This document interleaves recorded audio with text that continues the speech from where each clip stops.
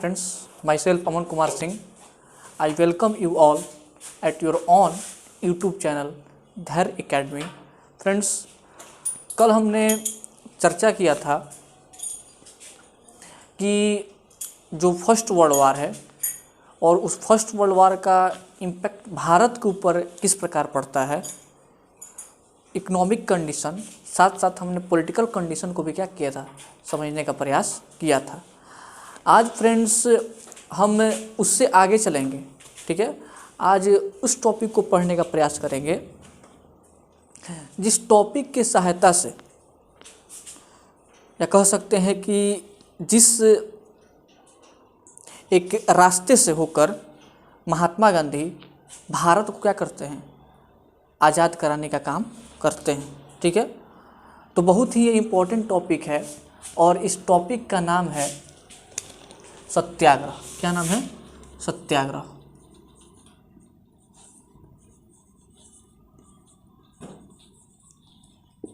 सत्याग्रह इस टॉपिक का नाम है और हम समझने का प्रयास करेंगे कि सत्याग्रह का जो बेसिक मीनिंग होता है क्या होता है. ठीक है, क्या हम समझने का प्रयास करेंगे कि सत्याग्रह का जो बेसिक मीनिंग होता है वो क्या होता है, सत्य का मतलब क्या होता है, आग्रह का मतलब क्या होता है. इन सभी पहलुओं को हम क्या करेंगे, समझने का प्रयास करेंगे. ठीक है, तो सीधा साधा अगर आप इस वर्ड में ही देखने का प्रयास करिएगा तो सत्य का मतलब क्या होता है, ट्रूथ, जिसको हम लोग क्या बोलते हैं, ट्रूथ बोलते हैं. ठीक है, और आग्रह, ये क्या है, आग्रह. इन्हीं दो वर्ड से मिलकर क्या बना हुआ है, ये सत्याग्रह जो वर्ड है मिलकर बना हुआ है. तो अगर हम सत्य के ऊपर, ट्रूथ के ऊपर अडिग रहते हैं, चाहे कितनी भी कठिनाइयाँ क्यों ना आ जाए, चाहे कितनी भी परेशानियाँ क्यों ना आ जाए, अगर हम सत्य के ऊपर अडिग रहते हैं तो एक ना एक दिन ऐसा समय आएगा कि हमें क्या मिलेगी, सफलता मिलेगी.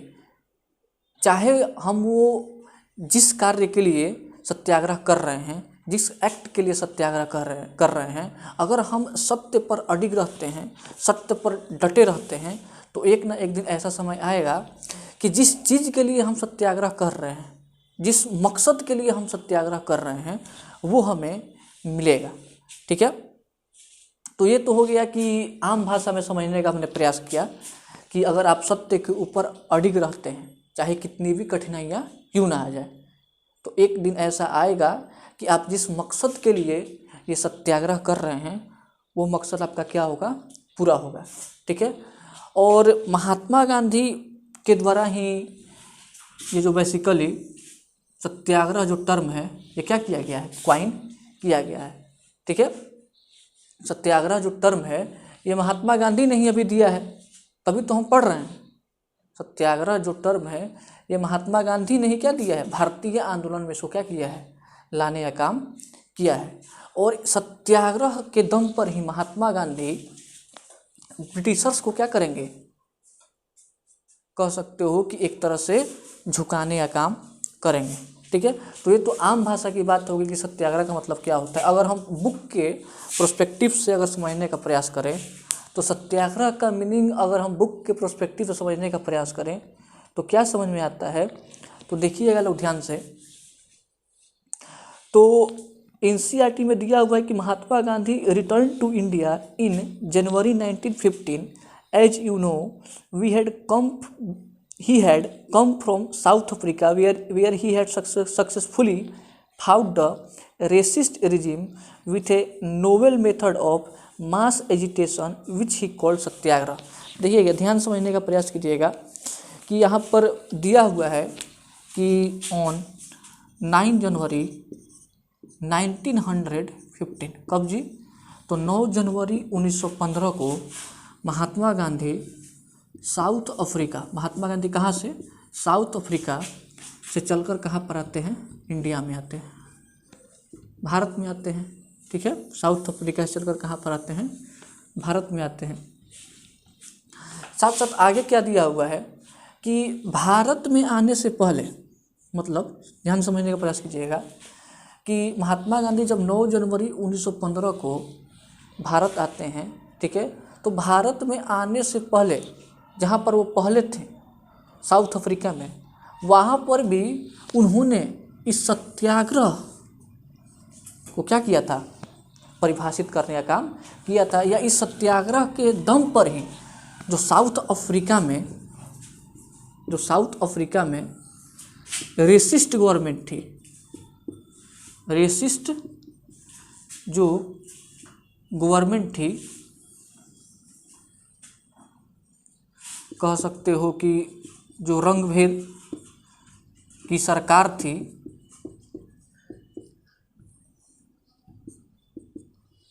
उसको क्या किया था, इस सत्याग्रह के ही दम पर क्या किया था, झुकाने का काम किया था। ठीक है, तो महात्मा गांधी जब भारत में सत्याग्रह को लागू करेंगे या सत्याग्रह को आगे बढ़ाने का काम करेंगे राष्ट्रीय आंदोलन में, तो महात्मा गांधी ने इसका पहला प्रयोग कहाँ किया था, साउथ अफ्रीका में किया था। कहाँ किया था, साउथ अफ्रीका में किया था। और महात्मा गांधी के द्वारा किया गया यह सत्याग्रह का प्रयोग काफ़ी साउथ अफ्रीका में क्या होता है, सफल होता है। साउथ अफ्रीका के जितने भी मजदूर वर्ग हैं, ठीक है, या कह सकते हो कि साउथ अफ्रीका के जितने भी अन्य जो वर्ग हैं, उनको इस सत्याग्रह की मदद से महात्मा गांधी क्या करते हैं, न्याय दिलाने का काम करते हैं। ठीक है, तो वही चीज़ कह रहा है यहाँ पर कि जब महात्मा गांधी 9 जनवरी 1915 को साउथ अफ्रीका से चलकर भारत आते हैं, ठीक है, तो भारत आने से पहले भी महात्मा गांधी ने क्या किया था, इस सत्याग्रह का प्रयोग कहाँ पर किया था, साउथ अफ्रीका में किया था। वहाँ के रेसिस्ट गवर्नमेंट के खिलाफ, जो नस्ल भेदी जिसको सरकारें कहते हैं, उसके खिलाफ क्या किया था, इस सत्याग्रह का प्रयोग साउथ अफ्रीका में किया था। ठीक है, तो ध्यान रखना है कि साउथ अफ्रीका में महात्मा गांधी के द्वारा पहले ही क्या किया जा चुका है, सत्याग्रह का प्रयोग किया जा चुका है। और उसी को आधार बनाते हुए, उसी को बेस बनाते हुए महात्मा गांधी क्या करेंगे जी, इंडिया में भी इसको क्या करेंगे, सफल बनाने का प्रयास करेंगे। ठीक है, अब आगे चलते हैं। देखिए आगे क्या कह रहा है कि the idea of Satyagraha emphasized the power of truth and the need to search for truth. It suggested that if the cause was true, if the struggle was against injustice, then physical force was not necessary to fight the oppressor. देखिए ध्यान समझिए क्या कह रहा है कि सत्याग्रह का मतलब क्या होता है, सत्याग्रह का मीनिंग क्या होता है कि आपको सत्य पे क्या रहना है, अडिग रहना है। ठीक है, आपको सत्य का जो पावर है, ठीक है, उस पे क्या रहना है, डटे रहना है, चाहे कितनी भी कठिनाइयाँ क्यों ना आ जाए, कितनी भी परेशानियाँ क्यों ना आ जाए। जैसे कि मैंने आपको पहले ही बता दिया है कि सत्याग्रह का मीनिंग क्या होता है, कि सत्याग्रह का मीनिंग क्या होता है कि आपको पावर ऑफ ट्रूथ को, मतलब सच्चाई को क्या करना पड़ेगा, जानना पड़ेगा, सच्चाई पे अडिग रहना पड़ेगा, चाहे कितनी भी परेशानियाँ कठिनाइयाँ क्यों ना आ जाए। और एक दिन ऐसा आएगा कि आपको क्या मिलेगी, सफलता मिलेगी। साथ साथ यहाँ पर क्या कह रहा है कि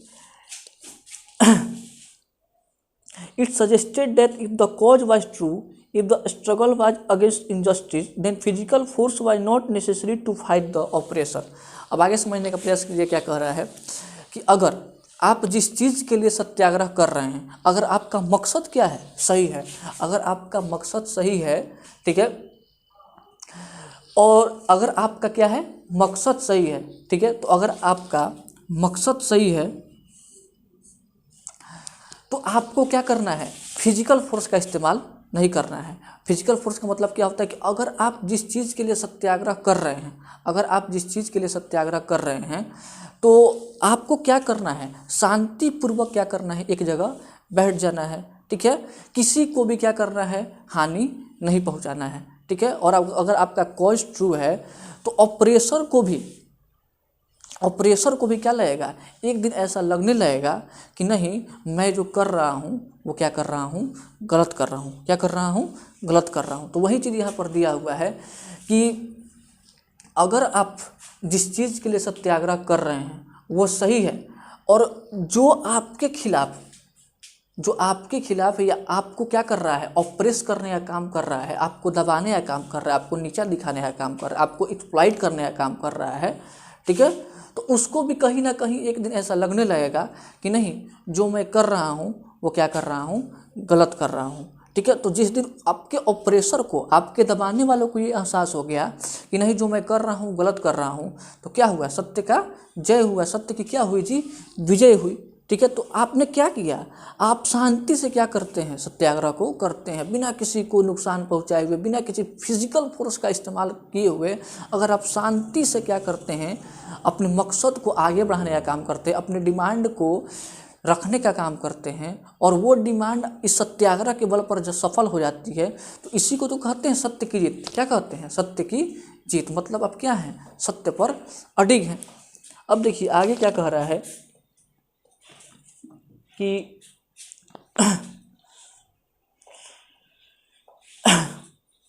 विदाउट सीकिंग विगनेंस और being aggressive, a satyagrahi could win the battle through non violence. क्या बोल रहा है कि बिना किसी, कह सकते हो कि किसी को नुकसान पहुंचाए हुए, बिना किसी कह सकते हो कि लड़ाई झगड़ा किए बगैर, एक जो सत्याग्रही है, जो सत्याग्रह कर रहा है, ठीक है, और सत्याग्रह जो किया जाता है वो किसके बल पे किया जाता है, सत्य के बल पर किया जाता है, सत्य पर अडिग रहकर किया जाता है।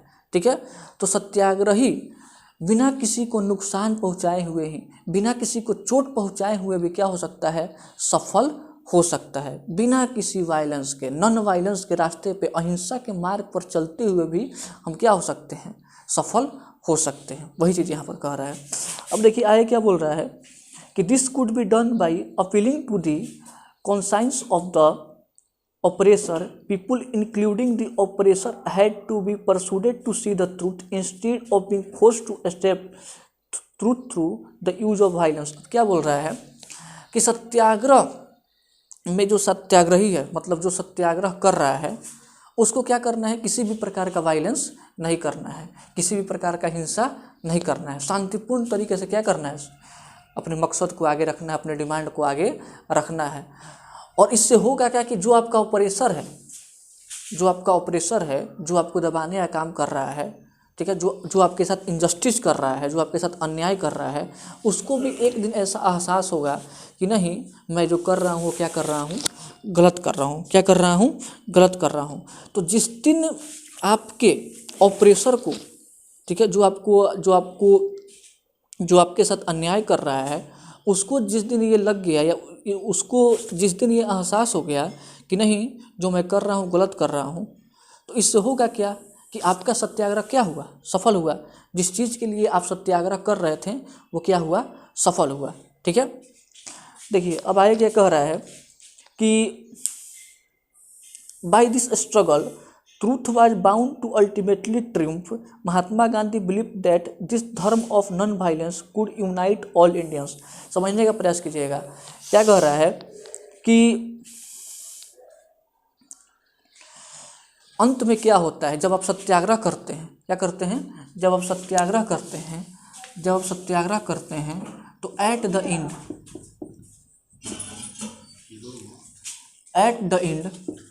जब आप क्या करते हैं, सत्याग्रह करते हैं, तो एट द एंड सत्य मतलब ट्रूथ, सत्य मतलब क्या होता है, ट्रूथ। एट द एंड सत्य की क्या होती है जी, विजय होती है।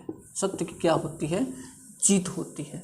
ठीक है, चाहे कितनी भी परेशानियां क्यों ना आ जाए, चाहे कितनी भी कठिनाइयां क्यों ना आ जाए, एट द एंड सत्य क्या होता है, जीत जाता है। ठीक है, और असत्य की क्या होती है, पराजय होती है। ठीक है, अब हम आगे समझते हैं कि गांधी जी ने क्या किया है, कहा है कि अगर भारत सत्याग्रह के मार्ग पे चलता है, ठीक है, तो पूरे भारत को हम क्या कर सकते हैं, यूनाइट कर सकते हैं, पूरे भारत को हम एक सूत्र पे क्या कर सकते हैं, बांध सकते हैं। तो देखिए हम ये समझने का प्रयास करते हैं कि महात्मा गांधी के द्वारा ये लाइन क्यों कहा गया, या ये कथन क्यों कहा गया कि अगर हम राष्ट्रीय आंदोलन में, नेशनल मूवमेंट में सत्याग्रह को आगे रखते हैं तो ये पूरे भारत को क्या कर सकता है, यूनाइट कर सकता है। कैसे यूनाइट कर सकता है, इसको हम समझने का प्रयास करते हैं। ठीक है, तो मैं आपको एक छोटा सा एग्जांपल समझाता हूँ। 1857 की क्रांति, 1857 की क्रांति, ठीक है, जिसे हम लोग क्या कहते हैं, फर्स्ट वॉर ऑफ इंडिपेंडेंस कहते हैं। ठीक है, भारत का प्रथम स्वतंत्रता संग्राम कहते हैं। उसमें डिटेल में नहीं जाएंगे, लेकिन यहाँ पर आपको देखने को मिलेगा कि जो 1857 की क्रांति है, ठीक है, वो उसमें हमें क्या देखने को मिलेगा कि इसमें बहुत सारे ऐसे वर्ग थे जो इस क्रांति को क्या करते हैं, सपोर्ट नहीं करते हैं। जैसे कि आप कह सकते हो कहीं ना कहीं जो मुस्लिम वर्ग हैं, ठीक है, हमारी जो मुस्लिम कम्युनिटी है, ठीक है, और भी बहुत सारे जो रजवाड़े थे, रजवाड़े थे, जैसे कि सिंधिया घराना हो गया, ठीक है, और भी बहुत सारे रजवाड़े थे, वो क्या करते हैं, इस 1857 की क्रांति को क्या करते हैं, सपोर्ट नहीं करते हैं, ठीक है। तो यहाँ पर हमें देखने को मिल रहा है कि ये 1857 की जो क्रांति है, इसे हम लोग कहीं ना कहीं सिपोय मिटूनी भी कहते हैं, सिपाहियों का विद्रोह भी कहते हैं, ठीक है।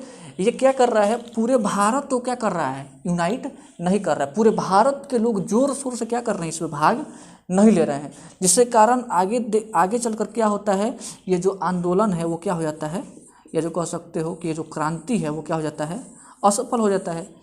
क्यों असफल हुआ, क्योंकि ये पूरे भारत को क्या कर रहा है, यूनाइट नहीं कर रहा है, ठीक है। तो अगर भारत का जो मिडिल क्लास है, जो कह सकते हो कि मध्यम वर्ग है, ठीक है, वो किसी भी आंदोलन में भाग नहीं लेगा, अगर भारत का मिडिल वर्ग किसी भी आंदोलन में भाग नहीं लेगा, तो उस आंदोलन को हम लोग एक बहुत बड़े मास मूवमेंट में कन्वर्ट नहीं कर सकते हैं। किसी भी मूवमेंट को अगर आपको एक बहुत बड़े मूवमेंट में कन्वर्ट करना है, तो आपको कहीं ना कहीं क्या करना होगा, मिडिल क्लास का सपोर्ट चाहिए ही चाहिए, क्योंकि मिडिल क्लास ही क्या करता है, किसी भी आंदोलन को क्या करता है, एक बहुत बड़ा आंदोलन बनाने का काम करता है, जो हमको 1857 की क्रांति में नहीं दिखती है, ठीक है। जहाँ पर बहुत सारे रजवाड़े हो गए, मुस्लिम कम्युनिटी हो गया, वो इसको सपोर्ट नहीं करता है और लोग यूनाइट नहीं होते हैं, इसलिए क्या होता है, ये आंदोलन असफल हो जाता है, ये क्रांति क्या हो जाती है, असफल हो जाती है। तो गांधी जी यहाँ पर इसलिए कहते हैं कि अगर हम सत्याग्रह करते हैं, क्या करते हैं, सत्याग्रह करते हैं, तो सत्याग्रह पूरे भारत को क्या कर सकता है, यूनाइट कर सकता है। क्योंकि सत्याग्रह जो टर्म है ये क्या है, शांति से किया गया आग्रह, शांति से किया गया कह सकते हो आग्रह, या सत्य के मार्ग पर सत्य के साथ किया गया आग्रह भी कह सकते हो इसको, ठीक है। तो अगर कोई चीज़ शांति पूर्वक किया जा रहा है, ठीक है, सत्य के रास्ते पर सत्य के मार्ग पर चल के किया जा रहा है, उसमें कहीं भी किसी को फोर्सफुली कोई किसी पे जोर जबरदस्ती नहीं की जा रही है, कहीं लाठी डंडे नहीं चल रहे हैं, ठीक है। अगर हम शांति से कहीं पर बैठ के अगर जो भी हमारे ऊपर, जो भी हमारा एक्सप्लॉइटेशन कर रहा है, जो भी हमें ऑप्रेस्ड करने का काम कर रहा है, ठीक है, उसके खिलाफ हम शांति से कहीं पर बैठ कर क्या करते हैं, आंदोलन करते हैं, तो उस ऑपरेसर के पास भी कोई मौका नहीं रहेगा कि वो आपको क्या करे, हर्ट करे, ठीक है। क्योंकि आप किसी चीज़ को क्या कर रहे हैं, नुकसान पहुंचा ही नहीं रहे, आप तो क्या कर रहे हैं, शांति से बैठकर अपना आंदोलन कर रहे हैं, सत्याग्रह कर रहे हैं, ठीक है। अगर वो हट कर भी देता है तो एक तरह से क्या होगा, उसके ऊपर ये दाग लगेगा कि आपने बेगुनाहों को क्या किया है, मारने पीटने का काम किया है। इसलिए गांधी जी कहते हैं कि अगर भारत सत्याग्रह के मार्ग पर चलता है, ठीक है, अगर हम राष्ट्रीय आंदोलन में सत्याग्रह को आगे लेकर चलते हैं, तो ये पूरे इंडिया को क्या कर सकता है, यूनाइट कर सकता है। क्योंकि अगर आप समझने का प्रयास कीजिएगा कि जो वीकर सेक्शन हैं, जो भारत के उस समय के वीकर सेक्शन हैं, या खास करके जो महिलाएं हैं, वुमेन हैं, वो कहीं ना कहीं इस सत्याग्रह से, अपने आप को क्या कर पाएगी जी, डायरेक्टली कनेक्ट कर पाएगी। क्योंकि इस वीकर सेक्शन को, इन महिलाओं को लगेगा कि नहीं, हमें क्या करना है, शांति से एक जगह बैठकर क्या करना है, अनशन करना है या सत्याग्रह करना है, आंदोलन करना है, ठीक है। किसी के साथ हमें क्या करना है, बलपूर्वक लड़ाई झगड़ा नहीं करना है, ठीक है। तो इससे होगा क्या कि महिलाओं का भी आपको सपोर्ट मिलेगा, किसानों का भी सपोर्ट मिलेगा, जो भी वीकर सेक्शन है उनका भी सपोर्ट मिलेगा। इससे होगा क्या कि आपका जो मूवमेंट है वो धीरे धीरे मास मूवमेंट की ओर बढ़ने लगेगा, और जैसे जैसे आपका मूवमेंट जो है वो मास मूवमेंट की ओर बढ़ने लगेगा, ठीक है, तो उससे होगा क्या, कहीं ना कहीं जो आपका ऑपरेसर है, ठीक है, जो आपको एक्सप्लॉइट करने का काम कर रहा है, उसके ऊपर भी प्रेशर आएगा, ठीक है। तो यही चीज़ गांधी जी ने समझाने का प्रयास किया है कि अगर सत्याग्रह के बल पर हम क्या कर सकते हैं, भारत को यूनाइट कर सकते हैं। हमको लगता है कि आपको यहाँ तक समझ में आ गया होगा। अब देखते हैं कि गांधी जी के द्वारा सत्याग्रह के जो विचार आगे के एनसीईआरटी के कंटेक्स्ट में बताए गए हैं, उसको थोड़ा बहुत क्या करते हैं, समझने का प्रयास करते हैं। देखिएगा, अगर हम आगे समझने का प्रयास करें तो एनसीईआरटी में एक पिक्चर दिया हुआ है, उस पिक्चर के नीचे कुछ लाइनें लिखी हुई हैं, उन लाइनों को समझने का प्रयास करते हैं कि वो लाइनें आखिर क्या कह रही हैं। तो लाइन जब आप पढ़िएगा तो लाइन में दिया हुआ है कि Indian workers in south Africa March through wall cross 6 नवंबर 1913। ठीक है, तो ये समय कब का है, तो 6 नवंबर 1913 का। ठीक है, और इसमें क्या बताया गया है कि 6 नवंबर 1913 के दिन यहाँ पर क्या बताया है कि महात्मा गांधी के द्वारा वहाँ की जो नस्लभेदी सरकार है उसके द्वारा जो नियम बनाए गए हैं, उसके द्वारा जो नियम कानून बनाए गए हैं उसको क्या किया जा रहा है, तोड़ा जा रहा है। ठीक है, अब समझने का प्रयास करेंगे कि कौन से नियम बनाए गए हैं, थोड़ा बहुत इसको पढ़ लेते हैं। अब देखिए होता क्या है कि अगर आप साउथ अफ्रीका के कंटेक्स्ट में बात कीजिएगा, ठीक है, 1893 में जब महात्मा गांधी साउथ अफ्रीका जाते हैं तो होता क्या है कि इस रेसिस्ट गवर्नमेंट ने साउथ अफ्रीका में भी आप जानते होंगे कि क्या था, ब्रिटिश शासन था। ठीक है, नस्लभेदी जिसको सरकार भी कहते हैं, उसने एक एक्ट लागू किया था जिसे हम कहते हैं इमिग्रेशन एक्ट। क्या कहते हैं, इमिग्रेशन एक्ट कहते हैं। ठीक है, अब इस इमिग्रेशन एक्ट को अगर समझने का प्रयास करें तो क्या समझ में आता है, तो ये समझ में आता है हमें कि देखिए ध्यान समझिएगा कि इमिग्रेशन एक्ट क्या कहता है कि आप एक राज्य से दूसरे राज्य में कहाँ से कहाँ तक आप एक राज्य से दूसरे राज्य में क्या कर सकते हैं, माइग्रेट नहीं कर सकते हैं। क्या नहीं कर सकते हैं, माइग्रेट नहीं कर सकते हैं। ये क्या था, इमिग्रेशन एक्ट था कि अंग्रेज सरकार के द्वारा ये कानून बना दिया गया था कि आप एक राज्य से दूसरे राज्य में क्या कर सकते हैं, माइग्रेट नहीं कर सकते हैं। ठीक है, तो आखिर जो भारतीय वर्कर वहाँ पर काम करने के लिए गए थे वो काम की तलाश में क्या करेंगे जी, एक राज्य से दूसरे राज्य जाएंगे ही। ठीक है, नहीं तो उन्हें क्या मिलेगा, काम ही नहीं मिलेगा। ठीक है, तो इसी कानून को, इसी इमिग्रेशन एक्ट को तोड़ने के लिए महात्मा गांधी क्या करेंगे जी, एक यात्रा निकालेंगे। ठीक है, जो यहाँ पर पिक्चर दिया हुआ है उसमें यह डिस्क्राइब किया हुआ है। अब हम आगे समझते हैं कि ये क्या कह रहा है कि Mahatma Gandhi was leading the workers from Newcastle to Transvaal when the marchers were stopped and Gandhi ji arrested. Thousands of more workers joined the satyagraha against racist laws that denied rights to non-whites. क्या बोल रहा है कि महात्मा गांधी भारतीय मजदूरों को या जो वहाँ के वर्कर्स थे उनको न्याय दिलाने के लिए क्या करते हैं, इस इमिग्रेशन जो एक्ट है कि एक राज्य से आप दूसरे राज्य में माइग्रेट नहीं कर सकते हैं, उसको क्या करते हैं, तोड़ने का काम करते हैं। महात्मा गांधी ने कहा कि जो आपने इस एक्ट को बनाया है ये एक्ट क्या है, सही नहीं है, ये बहुत ही डिस्क्रिमिनेटरी एक्ट है। ठीक है, और क्या करूँगा मैं कि जो भी आपका बॉर्डर आपने जो बनाया है उस बॉर्डर को क्या करूँगा मैं, क्रॉस करने का काम करूँगा। तो महात्मा गांधी अपने ढेर सारे कह सकते हो अनुयायियों के साथ या ढेर सारे वर्करों के साथ उस यात्रा को लीड करते हुए आगे बढ़ते हैं। और आगे चलकर जब महात्मा गांधी को अरेस्ट कर लिया जाता है, गिरफ्तार कर लिया जाता है, ठीक है, तो उसके बाद बहुत सारे वहाँ के जो वर्कर्स हैं, लोग हैं, वो क्या करते हैं, इस रेसिस्ट गवर्नमेंट के खिलाफ क्या करते हैं जी, विरोध प्रदर्शन करने लगते हैं। क्या करने लगते हैं, विरोध प्रदर्शन करने लगते हैं। क्योंकि वहाँ पर भी क्या किया जाता था, वहाँ पर भी जो नॉन वाइट्स होते थे, ठीक है, मतलब जो गोरे नहीं होते थे, जैसे कि हम इंडियन लोग कैसे होते हैं जी, भूरे होते हैं, कैसे होते हैं, भूरे होते हैं। ठीक है, तो जो नॉन वाइट्स हैं उनके लिए अलग अलग प्रकार के क्या बनाए जाते थे, कानून बनाए जाते थे। जैसे हम इंडियन के लिए अपने 8th क्लास में पढ़ा होगा कि एक रजिस्ट्रेशन कार्ड था जिसे हम लोग ID कार्ड के नाम से भी जानते हैं। ठीक है, कुछ वैवाहिक कानून भी थे कि किस प्रथा में आपको विवाह करना है, कैसे विवाह करना है। ठीक है, तो उस पर हम नहीं जाएंगे, लेकिन ये जो पिक्चर में दिया हुआ है उसको मैंने आपको क्या किया, समझाने का प्रयास किया है कि महात्मा गांधी ने साउथ अफ्रीका में क्या किया है, ये जो इमिग्रेशन एक्ट है उसको क्या किया है, इस पिक्चर में दिखाया गया है कि तोड़ने का काम किया है।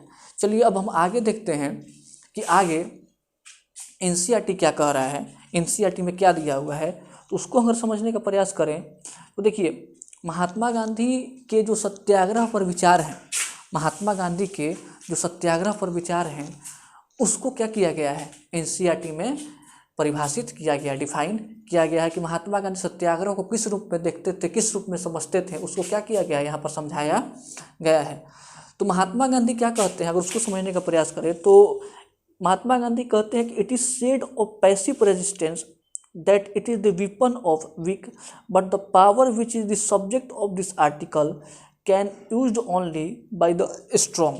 देखिए समझने का प्रयास कीजिएगा कि अगर मैं समझाने का आपको प्रयास करूं तो क्या समझ में आता है कि जो महात्मा गांधी के द्वारा ये सेंटेंस कहा गया है, ये जो लाइन कहा गया है, उसमें क्या बताया गया है कि लोग कहते हैं या लोग ये बताते हैं कि जो पैसिव रेसिस्टेंस होता है, ठीक है, जो पैसिव रेसिस्टेंस होता है, पैसिव रेसिस्टेंस का मतलब क्या होता है कि मतलब शांतिपूर्वक बैठकर बिना लड़ाई झगड़ा किए हुए, बिना किसी को नुकसान पहुंचाए हुए, बिना किसी को हर्ट किए हुए आप क्या कर रहे हैं, अपने डिमांड को आगे रख रहे हैं, आप विरोध प्रदर्शन कर रहे हैं, उसको हम लोग क्या बोलते हैं, पैसिव रेसिस्टेंस बोलते हैं। क्या बोलते हैं, पैसिव रेसिस्टेंस बोलते हैं। तो महात्मा गांधी यही कहते हैं कि लोग ये कहते हैं या लोग ये बताते हैं कि जो पैसिव रेसिस्टेंस है ये कमज़ोर लोगों के द्वारा किया गया क्या है, एक प्रयास होता है, एक एक्ट होता है। जो पैसिव रेसिस्टेंस है वो कमज़ोर लोगों के द्वारा किया गया क्या है, एक प्रयास है। लेकिन महात्मा गांधी इसके साथ आगे ये भी कहते हैं कि पैसिव रेसिस्टेंस, ठीक है, शांति से अपनी बातों को आगे रखना का जो कार्य है ये कौन कर सकते हैं, ये सिर्फ स्ट्रांग लोग ही कर सकते हैं, जिनके अंदर दृढ़ कह सकते हो कि एक प्रकार का इच्छा शक्ति हो, ठीक है, जो अंदर से बहुत मजबूत हो, ठीक है, वही क्या कर सकते हैं, पैसिव रेजिस्टेंस कर सकते हैं। इसलिए पैसिव रेजिस्टेंस जो है वो कमज़ोर लोगों का क्या है, किया गया कार्य नहीं है। जो बहुत अंदर से मजबूत होते हैं, दृढ़ निश्चय वाले होते हैं, वही क्या कर सकते हैं, पैसिव रेजिस्टेंस को कर सकते हैं, ठीक है। अब हमको लगता है कि आपको समझ में आ गया होगा। अब आगे पढ़ते हैं। आगे अगर हम समझने का प्रयास करेंगे तो क्या दिया हुआ है कि the power is not passive resistance, Indeed it calls for intense activity. The movement in South Africa was not passive but active. Satyagraha is not physical force. A satyagrahi does not inflict pain on the adversary. He does not seek his destruction. In the use of satyagraha, there is no ill will whatever. देखिए क्या समझने का प्रयास कर रहा है कि जो सत्याग्रह है, ठीक है, जो सत्य के लिए आग्रह है, ठीक है, वो क्या है, तो वो ये है कि सत्याग्रह में किसी के प्रति मतलब गलत इच्छा, किसी के प्रति किसी को नुकसान पहुंचाने की इच्छा नहीं होती है, ठीक है, किसी को हर्ट करने की इच्छा नहीं होती है। सत्याग्रह में किसी को नुकसान पहुंचाना, किसी को हर्ट कर देना या किसी को ज़बरदस्ती कर सकते हो, किसी के साथ ज़बरदस्ती करना, ठीक है, इसके लिए कहीं भी क्या है, जगह नहीं है। सत्याग्रह तो शांति के साथ किया गया क्या है, आग्रह है। सत्य के साथ किया गया क्या है, आग्रह है, ठीक है। और सत्याग्रह को वही लोग कर सकते हैं जो क्या हैं, बहुत दृढ़ निश्चय वाले होते हैं, अंदर से क्या होते हैं, बहुत जो मजबूत होते हैं, ठीक है। अब देखिएगा आगे क्या बोल रहा है कि satyagraha is pure soul force, truth is very subsistence of the soul, that is why this force is called satyagraha. क्या बोल रहा है कि सत्याग्रह जो है वो क्या है, एक बहुत ही प्योर सोल है। प्योर सोल समझते ही होंगे कि जिसका जो आत्मा होता है वो क्या होता है, बहुत शुद्ध होता है। तो जिसके तन मन में पूरी तरह सच्चाई भरी होगी, जो सत्य के रास्ते पर चलता होगा, ठीक है, जो किसी को हर्ट नहीं करता होगा, किसी को नुकसान नहीं पहुंचाता होगा, तो उसका जो सोल होगा, उसका जो आत्मा होगा वो क्या होगा, प्योर ही होगा। इसलिए महात्मा गांधी भी कहते हैं कि सत्याग्रह क्या है, एक प्रकार का प्योर सोल फोर्स है, ठीक है। और जब इंसान अपनी आत्मा के साथ जुड़कर, ठीक है, जब इंसान अपनी आत्मा के साथ जुड़कर जब सत्य के रास्ते पर चलता है, ठीक है, जब इंसान या कह सकते हो मनुष्य अपनी आत्मा के साथ जुड़ते हुए सत्य के रास्ते पर चलता है, उसी को हम लोग क्या कहते हैं, सत्याग्रह कहते हैं, ठीक है, उसी को हम लोग क्या कहते हैं, सत्याग्रह कहते हैं। अब आगे समझने का प्रयास कीजिएगा कि क्या बोल रहा है कि the soul is informed with knowledge, in its burns the flame of love, non violence is the supreme dharma. क्या बोल रहा है कि जो सत्याग्रह होता है, ठीक है, वो क्या होता है, इसमें किसी प्रकार की क्या होती है, नॉन वायलेंस की जगह नहीं होती है। ये एक प्रकार का क्या है, सत्य की खोज है। क्या है जी, सत्य की खोज है। इसमें नॉन वायलेंस की क्या है, कहीं भी जगह नहीं है। अगर हम साथ साथ ये भी देखने का प्रयास करें कि सत्य में जो लौ जलती है, सत्याग्रह में जो लौ जलती है, ठीक है, जो आग जलती है, वो आग किसकी होती है जी, लव की, ठीक है, किसकी आग होती है, मतलब इसमें कहीं भी हेट का क्या है, जगह नहीं है, ठीक है। सबके साथ आपको क्या करना है, अच्छे से कह सकते हो बर्ताव करना है, ठीक है। यही चीज़ क्या किया गया है, गांधी जी के साथ, गांधी जी के द्वारा समझाया गया है कि सत्याग्रह जो है वो सुप्रीम कह सकते हो धर्म है, मतलब सर्वोच्च कह सकते हो धर्म है। जैसे कि बोला भी गया है कि सत्य परमो धर्म, ठीक है, बोला गया कि नहीं बोला गया है, सत्य परमो धर्म। तो वही चीज़ यहाँ पर गांधी जी के द्वारा बताया गया है कि सत्य, ट्रूथ इज दी सुप्रीम धर्म, ठीक है। सत्य जो है वो क्या है, सबसे बड़ा क्या है, धर्म है। अब हम आगे समझने का प्रयास करते हैं कि it is certain that India can not rival Britain और Europe in force of arms. The British worship the war god and they can call all of them become as they are becoming bearers of arms. क्या बोल रहे हैं यहाँ पर, समझने का प्रयास कीजिएगा कि जो ब्रिटिशर्स हैं, कौन है जी, जो ब्रिटिशर्स हैं, या कह सकते हो कि जो यूरोपियंस हैं, ठीक है, जो यूरोपियन कंट्री हैं, जो ब्रिटिशर्स हैं, उनसे हम हथियार के बल पर, ठीक है, नहीं जीत सकते हैं। जो यूरोपियंस हैं, जो ब्रिटिशर्स हैं, उनसे हम हथियार के बल पर नहीं जीत सकते हैं, क्योंकि वे क्या है जी, हथियारों की पूजा करते हैं, वे हथियारों के क्या हैं, सौदागर हैं, ठीक है। इसीलिए हम भारतीय हथियारों के बल पर उनसे कभी भी क्या हो सकते हैं, नहीं जीत सकते हैं। ये बातें क्या महात्मा गांधी के द्वारा बताई गई है। अब हम आगे समझने का प्रयास करें तो क्या बोला गया है कि the hundreds of millions in India can never carry arms, they have made the religion of non violence their own. क्या बोल रहा है कि भारत के जो लाखों करोड़ों लोग हैं, ठीक है, वो कभी भी हाथ में हथियार लिए हुए, हाथ में बंदूक लिए हुए क्या करेंगे जी, अपने डिमांड्स को, अपनी मांगों को या अपनी लड़ाई को क्या करेंगे, कभी भी आगे नहीं रखेंगे, क्योंकि भारतीय लोगों ने अहिंसा के मार्ग को क्या कर लिया है, चुन लिया है। भारतीय लोगों ने ये तय कर लिया है कि हम अहिंसा के मार्ग पर चलते हुए, हम सत्य के रास्ते पर चलते हुए अपनी जो भी मुश्किलें हैं, अपनी जो भी कठिनाइयाँ हैं, अपनी जो भी परेशानियाँ हैं, उसको क्या करेंगे, हल करने का प्रयास करेंगे। तो मुझे लगता है कि यहाँ तक आपको क्या हो, सब सारी बातें समझ में आई होंगी। अगर कहीं भी आपको इससे रिलेटेड, सत्याग्रह से रिलेटेड एक टॉपिक में भी या एक पॉइंट में भी दिक्कत है तो आप मुझे क्या कीजिए, नीचे जो कमेंट सेक्शन है उसमें कमेंट कीजिए। मैं कोशिश करूँगा क्या करूँ, आपके उन सवालों के जवाब दूँ, ठीक है। आज तक के लिए मैं इतना ही रखता हूँ इस वीडियो को। आगे मैं जो भी आगे का लेक्चर करूँगा उसमें क्या होगा, इसके NCERT में इसके बाद जो टॉपिक दिया होगा उस पर क्या करेंगे, चर्चा करेंगे। आज के लिए धन्यवाद। जय हिंद, जय भारत।